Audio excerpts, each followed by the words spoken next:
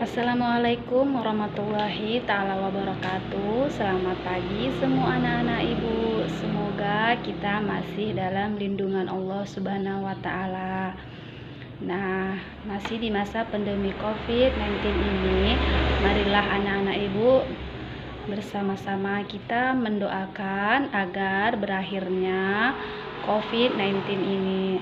Nah, untuk di rumah jagalah kesehatan, keluar rumah jangan lupa menggunakan masker dan seringlah cuci tangan. Nah, anak-anak ibu, semoga dengan melihat video ini bisa memahami.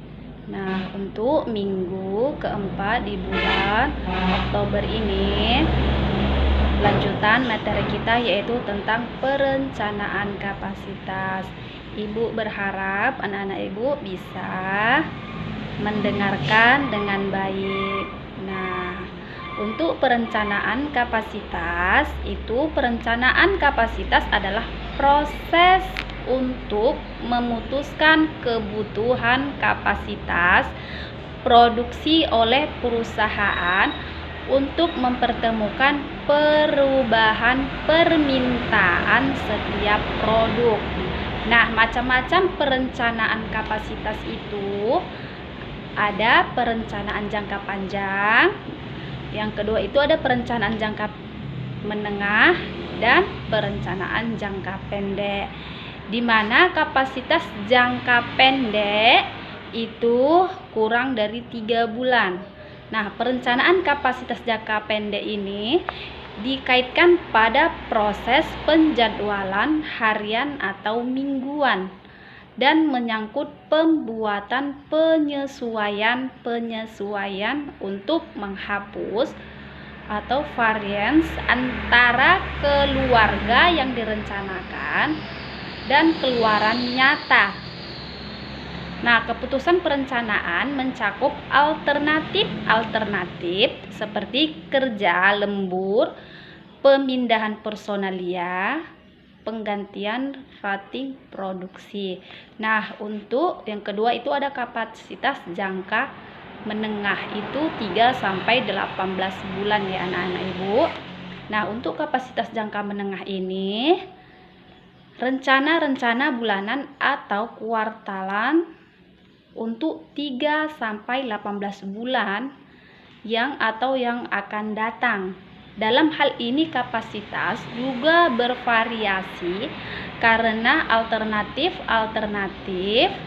seperti penarikan tenaga kerja, pemutusan menengah, peralatan bukan utama. Nah, perencanaan kapasitas jangka menengah merupakan perencanaan dengan tenggang waktu 3 hingga 18 bulan. Nah, berbeda dengan perencanaan kapasitas jangka pendeknya, hanya berfokus pada penggunaan kapasitas yang ada. Pada jangka menengah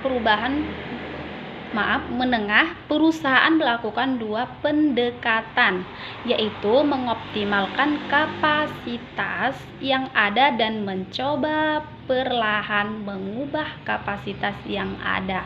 Nah, untuk yang ketiga itu ada kapasitas jangka panjang, lebih dari 1 tahun ya anak-anak ibu.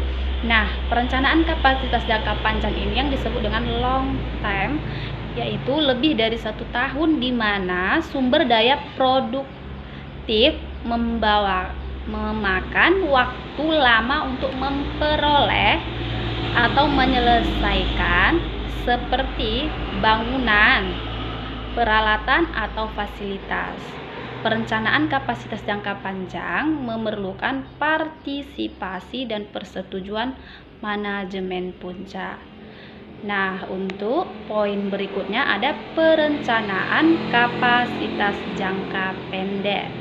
Nah, perencanaan kapasitas jangka pendek ini digunakan untuk menangani secara ekonomis hal-hal yang sifatnya mendadak di masa yang akan datang. Misalnya, untuk memenuhi permintaan yang bersifat mendadak atau seketika dalam jangka waktu pendek.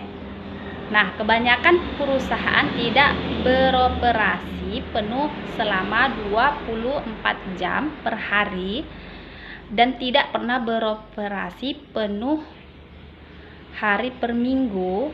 Jika perusahaan beroperasi penuh 8 jam per hari atau disebut dengan satu shift dan 5 hari per minggu, maka kapasitas normal jam kerja perusahaan adalah 40 jam per minggu.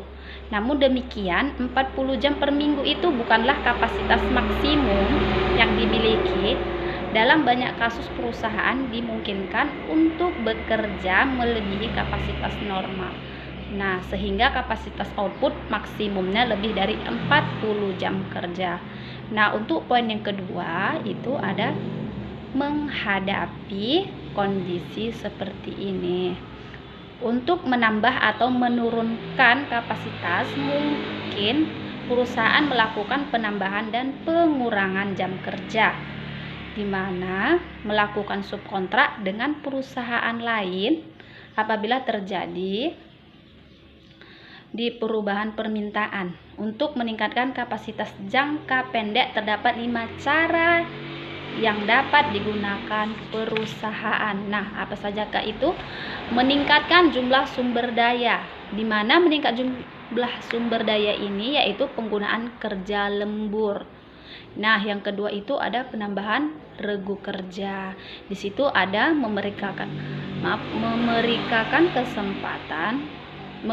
kesempatan kerja secara part time namanya ya, subkontrak dan kontrak kerja. Nah, yang ketiga itu ada memperbaiki penggunaan sumber daya. Di situ ada mengatur regu kerja, menetapkan schedule. Nah, untuk poin yang keempat itu ada memodifikasi produk, di mana menentukan standar produk, melakukan perubahan jasa operasi dan melakukan pengawasan kualitas. Nah, poin yang kelima itu ada memperbaiki permintaan. Di sini ada melakukan perubahan harga dan melakukan perubahan promosi. Nah, sampai di sini video Ibu, semoga bermanfaat bagi anak-anak Ibu semua ya. Semangat untuk belajarnya. Assalamualaikum warahmatullahi taala wabarakatuh.